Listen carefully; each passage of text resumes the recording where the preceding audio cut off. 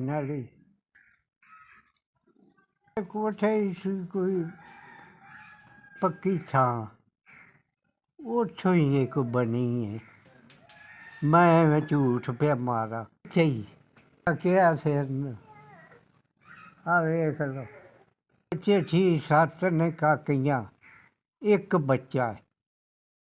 रकम भाई ਇਹਨਾਂ ਦੀ ਬੇਟੀ ਆ ਤੇ ਅੱਬੂ ਦਾ ਐਕਸੀਡੈਂਟ ਹੋਇਆ ਹਸਪਤਾਲ ਮੈਂ ਪਤਾ ਕਰਨ ਆਈ ਹਾਂ ਅੱਬੂ ਦੀ ਦਾ ਪੱਠਿਆਂ ਦਾ ਮਸਲਾ ਸੀ। 3-4 ਸਾਲ ਹੋ ਚਲੇ ਨੇ ਕੰਬਦੇ ਨੇ ਡਿੱਗ ਜਾਂਦੇ ਨੇ ਘਰੋਂ ਨਿਕਲੇ ਨੇ ਆਪਣੀ ਮਰਜ਼ੀ ਨਾਲ ਤੇ ਰਿਸ਼ਕੇ ਤੇ ਵੱਜੇ ਨੇ ਤੇ ਡਿੱਗ ਗਏ ਨੇ।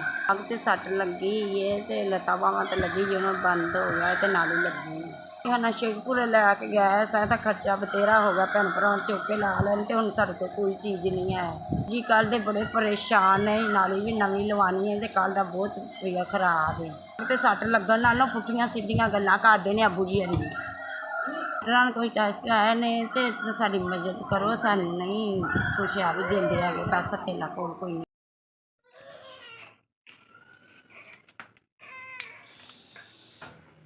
अस्सलाम वालेकुम भाजी ਤੁਹਾਡੇ ਵੱਲ ਮਦਦ ਮਿਲ ਗਈ ਅੱਬੂ ਜੀ ਨੂੰ ਹਸਪਤਾਲ ਲੈ ਕੇ ਜਾਣੇ ਨੇ ਨਾਲੀ ਲੱਥੀ ਸੋ ਲਵਾਉਣੀ ਹੈ ਤੁਹਾਡੇ ਵੱਲ ਮਿਲ ਗਈ ਸਾਨੂੰ ਮਦਦ ਭਲਾ ਹੋਵੇ ਅੱਲਾ ਤੁਹਾਨੂੰ ਤੰਦਰੁਸਤੀ ਦਾ ਹੌਸਪੀਟਲ ਲੈ ਕੇ ਜਾਣਾ ਜਾ ਕੇ ਦਵਾਈ ਲਿਆ ਕੇ ਦੇਣੀ ਅੱਬੂ ਜੀ ਨੂੰ।